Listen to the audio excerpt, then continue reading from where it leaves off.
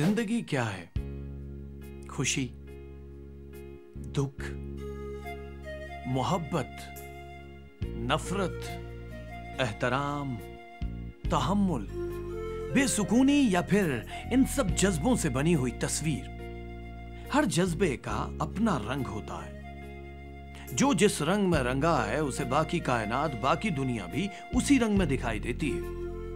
तस्वीर के दो रुख होते हैं, एक तारीख और एक रोशन। हम जिंदगी की तस्वीर के दोनों रुख आपके सामने पेश कर रहे हैं ताकि आप ये जान सकें कि आपके रुख पर कौन से जज्बों का रंग नुमाया है।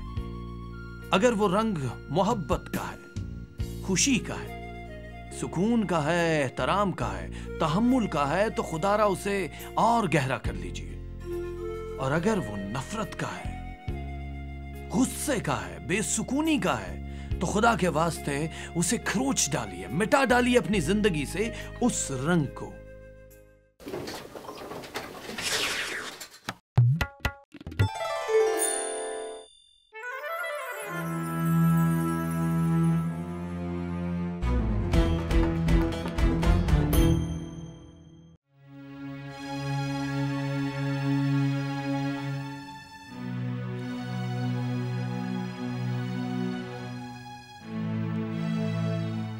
फिर नमक तेज कर दिया, जहर कर देती हूँ हांडी को। और तो किसी ने शिकायत नहीं की। मेरी माँ तो हमेशा। तुम्हारी माँ को तो खुद पकाना नहीं आता, तुमने ही सीख लिया होता। अब लहजा बात को बढ़ा रहे हैं। क्या मैं झूठ बक रहा हूँ? लो ये खा कर देखो।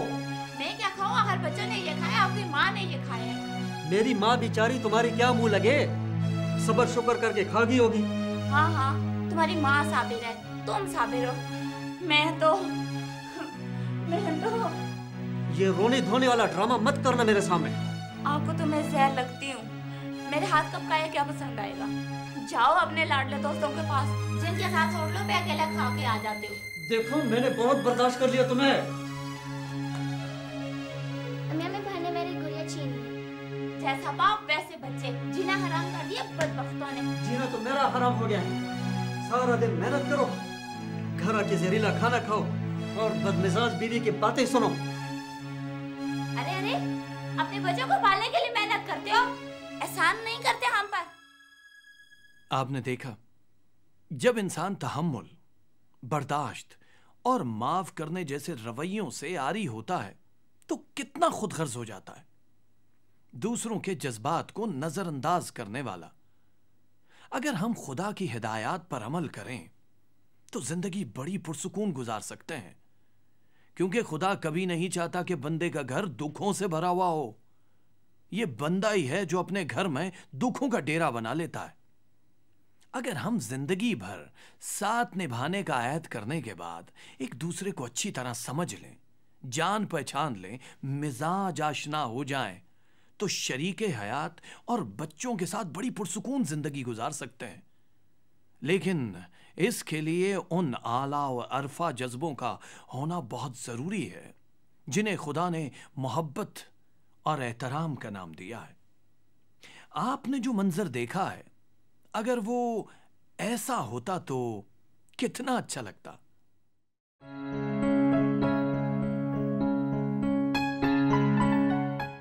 नमक फिर तेज हो गया ना, इसीलिए मैंने दही मंगवा लिया था। चलो दही भी डाल लेते हैं। वैसे तुम्हारे हाथ का जायका ऐसा है कि नमक तेज होने के बावजूद भी इंसान खाता ही चला जाता है। जिस दिन आपकी अम्मी को पसंद आएगा, बात तो उस दिन की है। अम्मी की बात को दिल पे मत लेना। दरअसल जो खुद अच्छा पकाता हो उसे दूसरे के हाथ का कम ही पसंद आता है। अब तुम अपनी अम्मी की मिसाल ही ले लो। अम्मी भाई ने मेरी गुड़िया ले ली। कभी तो शरारतों से बाज आ जाए करो। अरे अरे, ये क्या कर रही हो? बच्चों को प्यार से समझाते हैं। आप इन्हें खराब कर रहे हैं। प्यार से बच्चे बिगड़ते नहीं। अगर हम बात बात पर डांटे या मारे तो उनकी ज़हनी परवरिश अच्छी नहीं होती। आगे चलकर वो भी अपने घर का वैसा ही माहौल बनाएंगे जैसा हम उन्हें देंगे। आप बिल्कुल ठीक कह रहे हैं, हमें अक्लमंदी से काम लेना चाहिए। मेरी रानी, तुम्हारा भाई तो बिल्कुल मुझ पर गया है। मैं भी तुम्हारी फुप्पो से गुड़िया छीन कर भाग जाता था। तो फुप्पो रोती नहीं थी? हाँ, और फिर मैं उन्हें टॉफी देकर चुप करा देता था। पर अबू, भाई गुड़िया खींच के टॉफी नहीं देता। टॉफी क्यों नहीं देते? आप ही तो कहते हैं टॉफी खाने से दांत खराब होते हैं। कभी कभी खाने से कुछ नहीं होता, बस तुम लोग लड़ाई झगड़े की बजाय प्यार से रहा करो, जैसे मैं और तुम्हारी अम्मा। बातें बनाना कोई आपसे और आपके बेटे से सीखे। और अच्छी चाय बनाना आपसे। पहले खाना तो खाएं, चाय भी आ जाएगी। चाय पीकर पब्लिक पार्क में चलते हैं, बच्चे खेल कूद लेंगे और खुली हवा में तुम्हारी थकान भी उतर जाएगी। बस चाय 2 मिनट में है। हमें हजरत सुलेमान बादशाह के बताए हुए रास्ते पर चलना है।